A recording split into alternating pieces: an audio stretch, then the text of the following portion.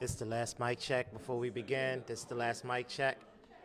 James, mic check 1 2. Mic check 1 2.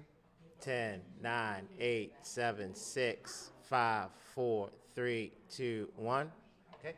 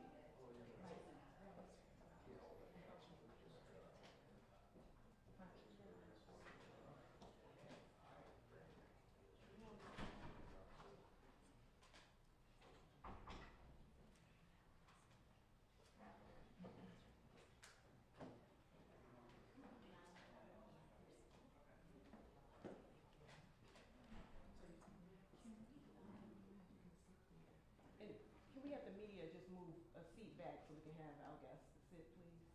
So, like, tell them to move, please. We can start. Thank you.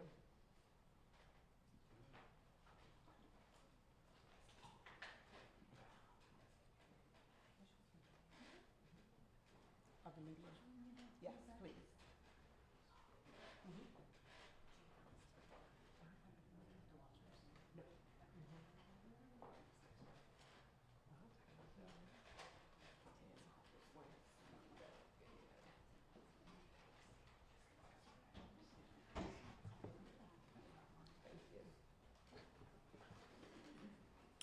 All right, sorry about that, everybody. Good morning, everyone, and thank you all for being here today. We had yet another successful convening of the Board of Estimates, and it wasn't 3 hours long today, so I know you guys appreciate that. And we have some exciting things to announce before we take questions. But first, as I always start with these, a quick note on where we stand with public safety in Baltimore. We have a 20% reduction in homicides and a 9% reduction in non-fatal shootings. Carjackings in the city of Baltimore are down 24%, and we have seized 2,108 guns, a 10% increase over last year. And I want to thank all of our public safety partners in Baltimore, the Baltimore Police Department, the women and men who are out there seizing those guns, making those arrests, MONSE, our violence interrupters, everybody who is contributing to this decline in violent crime in Baltimore City. And now on to today's announcements. This week, as you know, leading into Artscape, I declared Arts and Culture Week in Baltimore. We are celebrating Baltimore's artists, the unquantifiable impact they have on our community, and what my administration is doing to support the arts community in Baltimore. Yesterday, we announced an executive order establishing a new Arts and Culture Committee, and today I am incredibly excited to announce an additional ARPA investment for the arts of $6.25 million. Almost all of it is going to be dedicated to a diversity in the arts grant to ensure that artists of underrepresented groups are able to continue thriving in the city of Baltimore and institutions that have been underrepresented.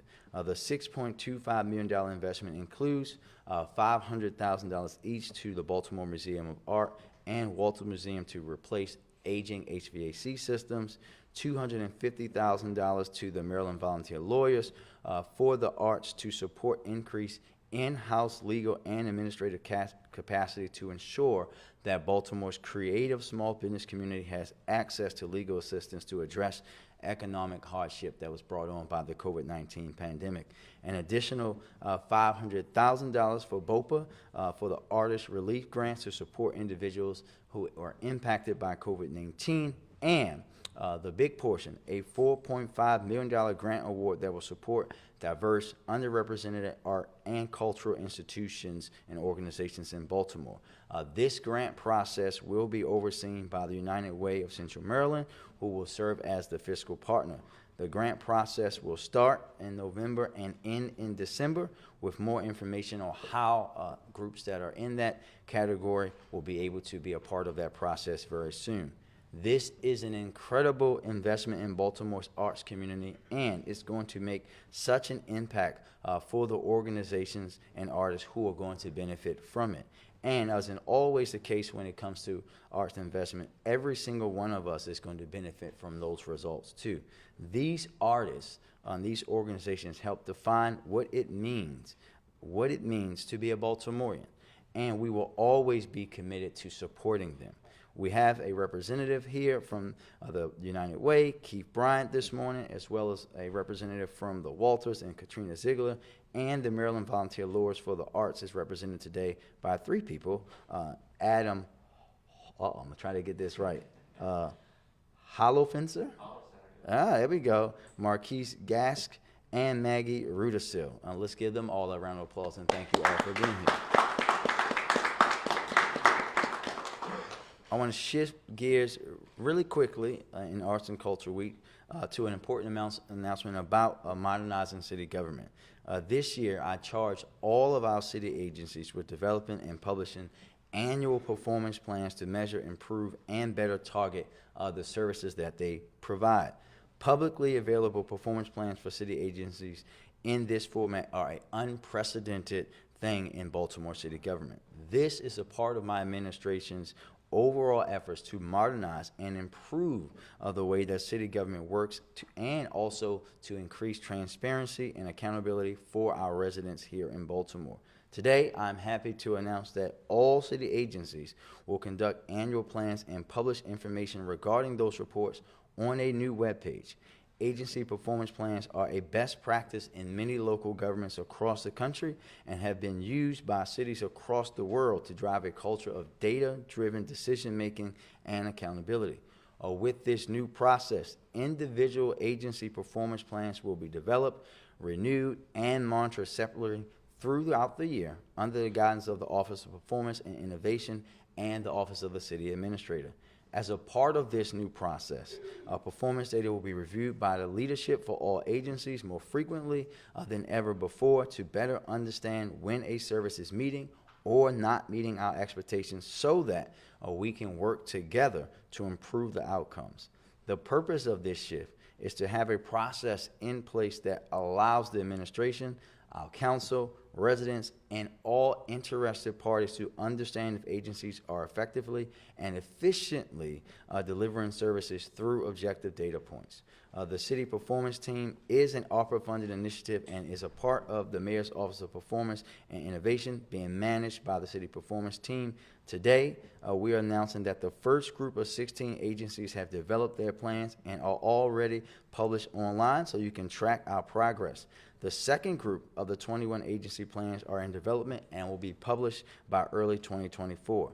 I want to take a moment here because this effort would not have been possible without the help from our city administrator, Faith Leach, the Office of Performance and Innovation, and the 16 agencies that participated in the process. We want to thank each and every one of them. Lastly, speaking to important steps to modernize our government, as you just learned from the BOE, the city's building permitting and inspection system is undergoing a complete overhaul, and we are moving to a web-based, user-friendly system, finally. At today's BOE meeting, a approved contract with Acela Professional Services for the software design. This is a part of our $100 million historic investment in neighborhoods.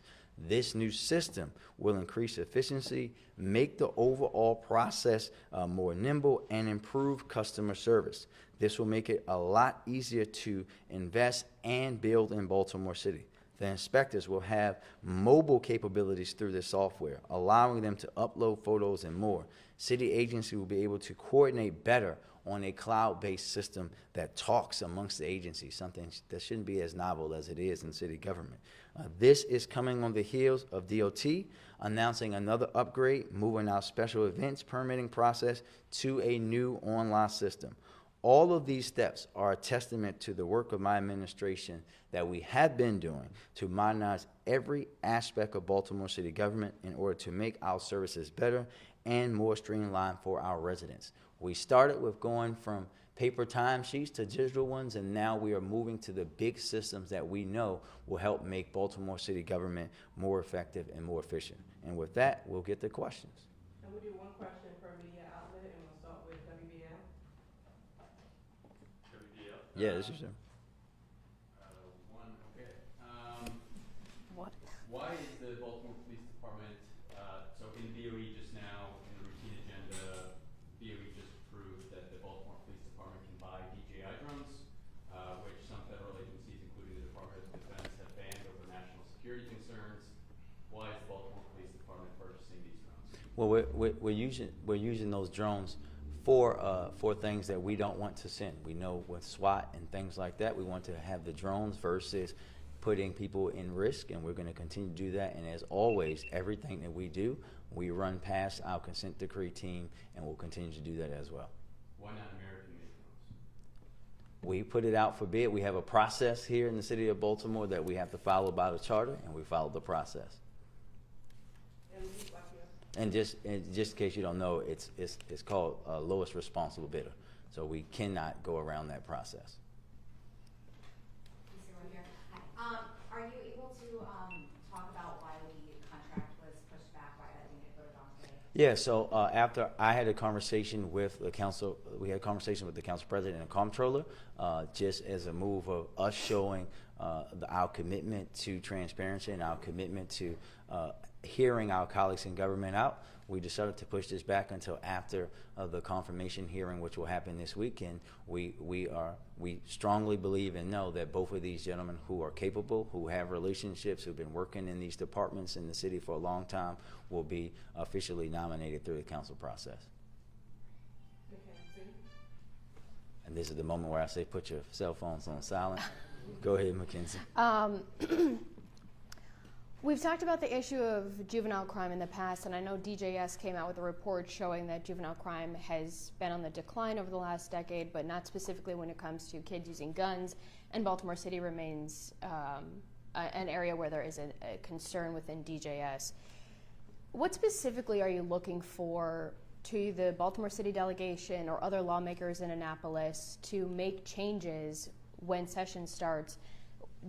Specifically, are you going to support changes to the current juvenile justice laws or the Interrogation Act, or do you believe that those two laws should remain in place without any changes? So I'll say, Mackenzie, what I've said before anybody else was. Go ahead. Oh, all right. You're good. All right, cool. I'll say what I said before anybody else was talking about this issue, right? Long before folks in the media were thinking that the state had anything to do with public safety in Baltimore, I said that we need a completely new system built from the ground up. The old system that we had didn't work. The systems that we have now clearly need work. Every single aspect of it from the top to the bottom must be looked at. We know, infamously, as you know, last year I was pushing around home monitoring, something that I've been beating the drum on for years, and we've seen young people be shot and killed while they're wearing an ankle bracelet, right, where they're supposed to be being monitored by the state. All of it. We here in Maryland, this is what I said to everybody, including DGS Secretary and the governor and anybody else in the legislature and beyond, that I want to work alongside them as partners to build a juvenile justice system that works, because one that truly works, in my opinion, does not exist in the United States of America. But specifically, what are you looking for? All of it. I'm looking for us to look at every single aspect of how we deal with young people when they are caught in the justice system. All of it has to be looking at every single aspect. Does that mean you want to see those two laws repealed? That means I want us to look at every single aspect of it, top to bottom, to build a system that works. That's your last question, Mackenzie, from Baltimore Sun. Mayor, just piggybacking off of other Emily, in the past, you opposed clauses in police commissioner contracts that would pay out if council were to not approve. I understand that we now move this after council's approval, but why was that provision included in acting Commissioner Rowley's contract?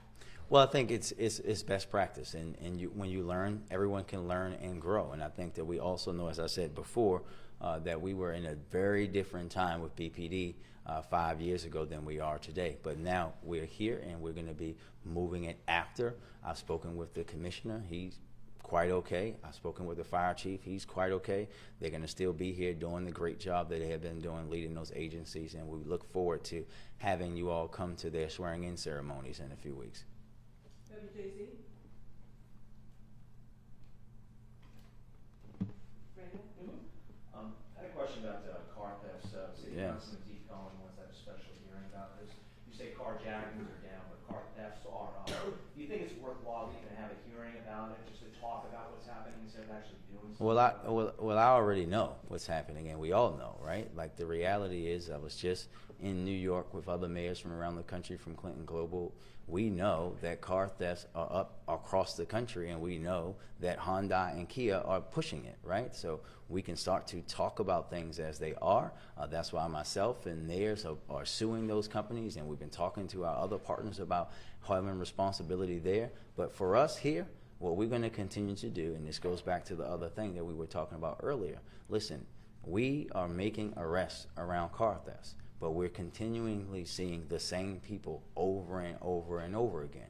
What goes back to my point about working with our partners at the state, of building a system of accountability that works, understanding that young people's brains are not adult brains, and we can build a system that holds people accountable and understands human evolution as well. And just a quick follow-up, do you have your own initiative that's possibly in the works to do something from your office in terms of trying to reduce those numbers? So yeah, we've been doing it, right? One, as you know, I was out handing out anti-theft locks for people with Hondas and Kias myself recently. That initiative that BPD is pushing came from my office. We're going to continue to be letting folks know about educating folks about how they can work to prevent that. But the reality is that we have to be reminded that the women and men of the BPD work for me. When they're out there making arrests on gun arrests, and making these cases that folks are pushing out, right? They're doing that at my direction. That's what we're going to continue to do. Hold people accountable, but also work on other sides, whether it's policy, whether it's through legal avenues, to hold anybody that has responsibility for car thefts, for gun violence, accountable in every single way that we can. Channel 2, Nothing? in Baltimore Banner. Did the surfacing of old charges against Chief Wallace influence your thinking about the nomination of Glenn Fox? No. Baltimore was one of the first cities to ban the box, and I think that if we're going to do that, then we all have to be respectful of that, right? I think that we have to understand that we shouldn't have been having this discussion because these things were taken off his record. If your employer at the banner tried to do that to you, they would get in trouble, right, for doing that. And we have to understand and know if we're going to say that we're going to be a place of second chances and we're going to pass these laws where you can't talk about these things, we shouldn't be talking about them. All right. Thank you, everybody.